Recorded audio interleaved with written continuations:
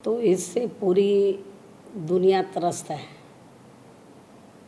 परेशान है और अपना भारत देश भी काफ़ी इससे दुखी है। और इस कोरोना वायरस की वजह से लगे लॉकडाउन को लेकर तो वैसे तो समाज के हर वर्ग के लोग दुखी हैं, विभिन्न क्षेत्रों में लगे लोग दुखी हैं, लेकिन सबसे ज़्यादा जो दुखी हैं वो प्रवासी मजदूर लोग हैं। जो सबसे ज़्यादा दुखी हैं वो प्रवासी मजदूर लोग हैं। और जो प्रवासी मजदूर लोग हैं तो ये क्यों ज़्यादा दुखी हैं? क्योंकि इस बीमारी में जो केंद्र और राज्यों की सरकारों को खास तौर से लॉकडाउन के दौरान जो इनकी तरफ विशेष ध्यान देना चाहिए था, जिनकी करोड़ों में तादाद है पूरे देश में, तो इसकी तरफ ना केंद्र ने बराबर ध्यान दिया ना राज्यों की सरकारों ने। और जिसकी वजह से बड़े पैमाने पर तो जब ये लोग भूखे मरने लगे और ठहरने की कोई व्यवस्था नहीं थी, जहाँ ये लोग काम करते थे उनके मालिकों ने इनको निकाल दिया, इनको वेतन नहीं दिया, सरकार ने खाने की तरफ ध्यान नहीं दिया, तो तब फिर इन्होंने पलायन करना शुरू किया। जो श्रमिक लोग हैं, जब लगे कि अब हम भूखे मर रहे हैं तो इनको लगा कि भाई हमें मरना ही है, तो बाहर के प्रदेशों में क्यों अपने प्रदेश में जाके मरें, भूखे ही मरना है जब केंद्र और राज्यों की सरकारें बराबर ध्यान नहीं दे रही हैं। तो तब इन्होंने पलायन करना शुरू किया। और उसके बाद इससे भी ज़्यादा दुख की बात यह है कि जब इसकी आड़ में बीजेपी और कांग्रेस ने एक दूसरे पर आरोप प्रत्यारोप लगाकर तो घिनौनी राजनीति शुरू इन्होंने की, तो तब फिर मुझे मुंह खोलना पड़ा, ये बोलना पड़ा कि आज जो पूरे देश में जो प्रवासी जो श्रमिक लोग हैं, मजदूर लोग हैं, तो इनकी जो दुर्दशा हमें देखने के लिए मिल रही है, खास तौर से कोरोना वायरस की बीमारी के दौरान, लॉकडाउन के दौरान जो सबसे ज़्यादा खराब दुर्दशा देखने के लिए मिल रही है, तो इसके लिए सही मायने में वास्तव में तो जितनी बीजेपी जिम्मेवार है, केंद्र की सरकार, उससे कई गुना ज़्यादा कांग्रेस भी जिम्मेवार है इन लोगों को इस ऐसी स्थिति में लाने के लिए। ये बात मैंने इसलिए कही क्योंकि जब मुझे लगा कि ये घिनौनी राजनीति कर रहे हैं, श्रमिकों की तरफ बराबर ध्यान नहीं दे रहे हैं, उनके ठहरने की व्यवस्था, खाने की, भेजने की, उसकी तरफ ध्यान देने की बजाय घिनौनी राजनीति कर रहे हैं, तो तब मुझे मजबूरी में कहना पड़ा कि आज जो इनकी हालत दयनीय बनी हुई है, तो इसके लिए ये दोनों पार्टियां बराबर की जिम्मेवार हैं। ये मुझे बोलना पड़ा। और इतना ही नहीं, तो जब मैंने कांग्रेस को भी कहा कि जो आज पूरे देश में जो करोड़ों की तादाद में अपने अपने राज्यों को छोड़कर अपनी अपनी रोटी रोजी के लिए जो दूसरे प्रदेशों में गए हैं और जहाँ से अब वो लोग पलायन करके आ रहे हैं आज कोरोना की बीमारी के समय में, तो इसके लिए जिम्मेवार मैंने कांग्रेस को क्यों बताया? क्योंकि आज़ादी के बाद केंद्र और ज़्यादातर राज्यों में कांग्रेस सत्ता में रही लंबे अरसे तक। और कांग्रेस के समय में ही तो जब खास तौर से दलितों को, आदिवासियों को, पिछड़ों को, अपर कास्ट में से गरीबों को, अकलियतों को जब रोटी रोजी के साधन नहीं मिले और किसान भी भूखे मरने लगे, तो तब इनको अपने अपने राज्य छोड़कर बड़े बड़े नगरों में, महानगरों में, तो जहाँ पर भी छोटे मोटे कारोबार थे वहाँ इनको रोटी रोजी के लिए जाना पड़ा, पलायन करना पड़ा। और बड़े पैमाने पर यह पलायन हुआ कांग्रेस की हुकूमत में। और जब और इनकी हालत बहुत ज़्यादा खराब थी, खास तौर से वीकर सेक्शन की। और यदि ये लोग उस समय अपना मुंह खोलते थे तो इनके खिलाफ कार्रवाई की जाती थी, इनके नेताओं के खिलाफ की जाती थी। तो तब फिर, और इतना ही नहीं, आपको मैं बताना चाहती हूँ, जब परम पूज्य बाबा साहब डॉक्टर अम्बेडकर देश के पहले कानून मंत्री बने और कांग्रेस की सरकार थी, पंडित जवाहरलाल नेहरू देश के प्रधानमंत्री थे, तो जब उन्होंने SC ST के आरक्षण के कोटे को पूरा करने की बात कही कि पूरा नहीं हो रहा है, इसको पूरा करना चाहिए बैकलॉग को, और अति पिछड़े वर्ग के लोगों को आरक्षण देने की बात की, तो कांग्रेस उनके खिलाफ हो गई। तो उनका बड़ा इन्होंने अपमान किया, उनकी कोई भी बात को नहीं माना जाता था। तब उन्होंने कानूनी मंत्री पद से इस्तीफा दिया था। उस समय कांग्रेस पावर में थी सेंटर में। तो कहने का तात्पर्य यह है कि बाबा साहब डॉक्टर अम्बेडकर हमारे बीच में नहीं रहे। तो उन्होंने कहा था कि मैंने कानून तो आप लोगों के हित में बना दिए हैं भारतीय संविधान में, यदि आप लोग सही मायने में इसका फायदा लेना चाहते हैं तो आपको केंद्र और राज्यों में तो राजनीतिक सत्ता की मास्टर चाबी खुद अपने हाथों में लेनी होगी। तो ये दौर चलता रहा। लेकिन जब इन वर्गों की उपेक्षा होती रही, अपर कास्ट में से चाहे गरीब लोग हैं उनकी भी उपेक्षा होती रही, तो तब फिर मजबूर होकर, और जब ये लोग पलायन करके चले गए तो वहाँ पर भी इनके साथ बड़ा अन्याय होता था। बाहर के प्रदेश के होने की वजह से इनको पूरी सहूलतें नहीं दी जाती थी। तो फिर हमने मजबूर होकर BSP बनाई। और इन लोगों के लिए मैं ये बताना चाह रही हूँ, जब कांग्रेस पावर में थी, हमारी पार्टी कांग्रेस जब सेंटर और राज्यों में पावर में थी, ज़्यादातर राज्यों में पावर में थी, तो हमारी पार्टी की स्थापना की गई 14 अप्रैल सन 1984 को। और सत्ता में आने के बाद, ये कांग्रेस ने सत्ता में आने के बाद इन लोगों की तरफ ध्यान नहीं दिया, लेकिन हमारी पार्टी ने फिर इन लोगों में चेतना पैदा करने के लिए तो पूरे देश में इन लोगों को जगाने के लिए आंदोलन किया था, श्रमिकों को, कि आप लोग अपने राज्यों को छोड़कर दूसरे राज्य में गए हैं, आपके साथ जानवरों से भी ज़्यादा बदतर व्यवहार हो रहा है, आपसे काम ज़्यादा लिया जाता है, वेतन कम दिया जाता, पूरी सुविधा नहीं है। तो हमने आंदोलन भी किया था इसको लेकर कि भाई ये भी अपने देश में शरणार्थी बने हुए हैं, तो ये अपने ही देश में शरणार्थी बने हुए हैं। इसको लेकर पूरे कंट्री में हमने BSP ने आंदोलन किया था। ये शायद मैं सभी विरोधी पार्टियों को ये बताना चाहती हूँ, चाहे सत्ता है या विरोधी पार्टियां हैं। और उसके बाद फिर हमने ये पार्टी बनाई, मतलब। लेकिन कांग्रेस के समय में सबसे ज़्यादा पलायन हुआ था। और जहाँ तक BSP का सवाल है, तो BSP जब पावर में आई, हमें 4 बार सरकार बनाने का मौका मिला, तो हमने सत्ता में आने के बाद तो बड़े पैमाने पर लोग और ना पलायन करें उनको रोका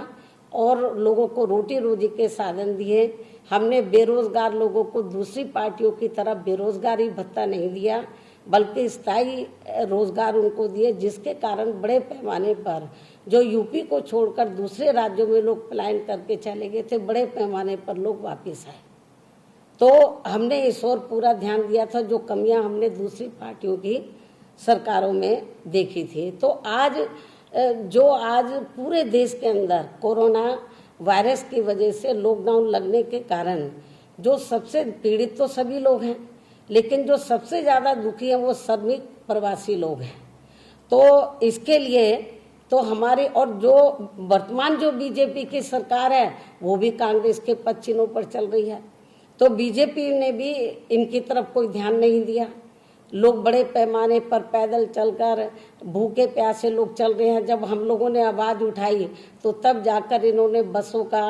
और ट्रेन का इन्होंने प्रबंध किया। हालत इनकी बहुत ज़्यादा खराब थी। तो आज जो पूरे देश में जो श्रमिकों की जो हालत खराब है, दुर्दशा जो हमें देखने के लिए मिल रही है इस बीमारी के दौरान, तो इसके लिए हमारी पार्टी BJP के साथ साथ, मतलब कांग्रेस को तो जिम्मेवार मानती है, तो कांग्रेस के साथ साथ BJP को भी बराबर की जिम्मेवार मानकर चलती है। और ये बात आज मैं अपनी पार्टी के राजनीतिक स्वार्थ में नहीं, बल्कि देश में खासकर गरीबों, मजदूरों, किसानों अक़लियतों व श्रमिक प्रवासियों के हितों की वजह से कह रही हूँ। लेकिन इससे बीजेपी भी परेशान है। जब हमने असलियत जनता के सामने रखी, देश के सामने रखी, तो इससे कांग्रेस पार्टी के लोग भी बहुत ज़्यादा परेशान हैं। और अब कांग्रेस पार्टी अपनी कमजोरियों को छिपाने के लिए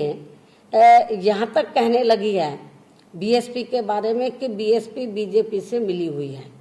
और आगे चलकर बीजेपी के साथ मिलकर बीएसपी चुनाव लड़ने वाली है। यहाँ तक प्रचार करने लगे हैं इनके वर्कर, जिसमें रत्ती भर भी सच्चाई नहीं है। और इनके इस आरोप का हमारी पार्टी कड़े शब्दों में खंडन करती है और इनको ये भी बताना चाहती है कि देश के किसी भी राज्य में चाहे छोटा चुनाव हो बड़ा हो, हमारी पार्टी बीजेपी के साथ और ना ही अन्य किसी भी पार्टी के साथ, खास तौर से जो पार्टी सेंटर और ज़्यादातर राज्यों में कांग्रेस और बीजेपी के साथ तो बिल्कुल भी मिलकर कोई चुनाव नहीं लड़ने वाली है। और बीजेपी के बारे में जो कह रहे हैं, तो चुनाव लड़ने का आज तक हमने कोई मिलके चुनाव नहीं लड़ा और ना आगे हम लड़ने वाले हैं। तो जबकि मैंने आप लोगों को बताया कि इस मामले में सच्चाई ये है कि जैसा कि अभी मैंने बताया कि आज़ादी के बाद, मैं इस बात को फिर दोहराती हूँ, केंद्र और राज्यों में भी सबसे पहले व सबसे ज़्यादा समय तक अधिकांश कांग्रेस पार्टी सत्ता में रही। और इसके अलावा जब बीएसपी बनी थी तो उस समय ये भी मैं बताना चाह रही हूँ कि हम लोग बीजेपी से मिले हैं, तो उस समय मैं कोई किसी का पक्ष नहीं ले रही हूँ, बीजेपी केंद्र और राज्यों की सत्ता में कहीं भी आसीन नहीं थी, फ्री हैंड था कांग्रेस के हाथ में। तो चाहती तो इन लोगों का ध्यान रख सकती थी, लेकिन जब इनका ध्यान नहीं रखा, इन्होंने इन मजलूमों का ध्यान नहीं रखा, श्रमिकों का ये लोग पलायन करने के लिए मजबूर हुए, तब बीएसपी को बनाने की ज़रूरत पड़ी। और इसका मुख्य कारण यह है कि जब इस पार्टी ने अपनी जातिवादी व पूंजीवादी मानसिकता के चलते पूरे देश में सर्व समाज में से खासकर गरीबों, मजदूरों, किसानों, कमज़ोर तबकों का बराबर ध्यान नहीं रखा, अक़लियतों को भी रोटी रोजी के साधन नहीं दिए, तो ये लोग फिर मजबूर होकर इन्होंने पलायन किया। आज जिनकी दुर्दशा हमें देखने के लिए मिल रही है, और बीजेपी भी कोई कम नहीं है। और बीजेपी भी जो है जितना इनको ध्यान देना चाहिए था इस बीमारी में, तो इनको पलायन करने की ज़रूरत महसूस नहीं होती, क्योंकि बीजेपी की जिम्मेवारी बनती थी, राज्य की जो सरकारें उनकी जिम्मेवारी बनती थी कि जो श्रमिक मजदूर लोग हैं वहाँ पर उनकी ठहरने की व्यवस्था करते, खाने की व्यवस्था करते, वो नहीं किया। और मान लीजिए वो लोग जो छोटे मोटे कारखानों में या उद्योगों में ये लोग काम कर रहे थे, उनके पास पैसा भी नहीं था। तो मैं समझती हूँ कि सेंट्रल गवर्नमेंट को, राज्यों की सरकारों को, तो उनको बिना ब्याज के, उनको ब्याज पे नहीं, बिना ब्याज के उनको लोन दे देना चाहिए था कि भाई आप इनका मजदूरों का ध्यान रखो। लेकिन जब मजदूर निकल पड़े, अब उनको लोन देने की बात कर रहे हैं, फ्री लोन, अब आपके लोन देंगे, कम देंगे, आप इतने समय तक लौटा सकते हैं। अब बढ़िया बढ़िया जो आर्थिक उनको लालच दे रहे हैं जो बड़े बड़े उद्योगपति हैं कि अब उनको सब सुविधा दे रहे हैं। जो आज ये सुविधा का जो उन्होंने स्पेशल पैकेज जो उन्होंने घोषित किया, यदि यही थोड़ा सा इनको जो उद्योगपति थे, छोटे मोटे जो कारोबारी लोग थे, उनको मदद कर देते, तो शायद ये लोग उनको भेजने के लिए तैयार नहीं होते, मजबूर नहीं होते। और मुझे लगता है इनकी श्रमिक लोगों की ये जरूर मदद करते। तो और इसके साथ ही मैं ये भी कहना चाहती हूँ कि जब इन्होंने ये बीमारी फैली, और मैंने ये बात पिछले बार भी आपके सामने रखी थी, जब केंद्र सरकार को लॉकडाउन लगाना चाहिए था, तो इनकी जिम्मेवारी बनती थी कि लॉकडाउन की घोषणा लगाने से पहले इनको 9-10 दिन का समय दे देते और सबको अपने स्थानों पर चले जाते, लोग व्यवस्थित हो जाते, तो मैं समझती हूँ ज़्यादा अच्छा होता। लेकिन ये ऐसा नहीं हुआ और ये लॉकडाउन लग गया, बीमारी फैल गई, और नतीजा क्या हुआ कि लोगों की हालत बहुत ज़्यादा खराब हो गई। मतलब और लोग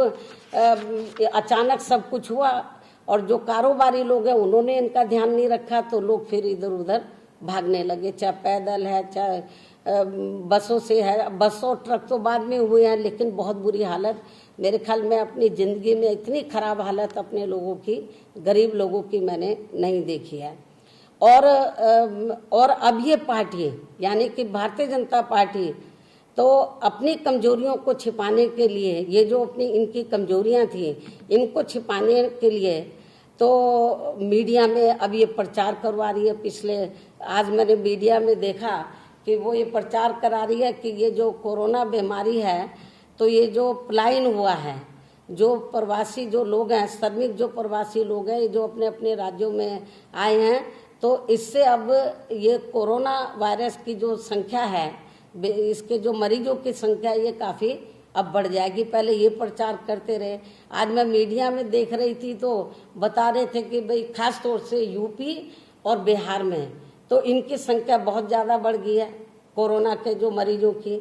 लेकिन इसके लिए मैं ये बताना चाहती हूँ, ये जो श्रमिक मजदूर जो लोग आए हैं ये जिम्मेवार नहीं हैं। इसके लिए जो केंद्र और राज्यों की सरकारें वो जिम्मेवार हैं। इसलिए मैं कहना चाह रही हूँ कि जिन राज्यों में श्रमिक प्रवासी लोग चाहे बसों के माध्यम से चाहे ट्रेनों के माध्यम से जहाँ जहाँ भी ये लोग अपने गांवों में, कस्बों में ये पहुँचे हैं, शहरों में पहुँचे हैं, तो वहाँ पर इनको 14 दिन के लिए अलग रखा गया, जो नियम है एहतियात के तौर के ऊपर। तो दरअसल बीएसपी सुप्रीमो मायावती का बड़ा आरोप और बड़ा बयान इस वक्त, जो कि प्रेस कॉन्फ्रेंस करके उन्होंने कहा, 3 प्रमुख बातें उन्होंने साफ की कि एक ये कि देश के किसी भी हिस्से में केंद्र या फिर राज्य में कहीं भी बीजेपी के साथ मिलकर के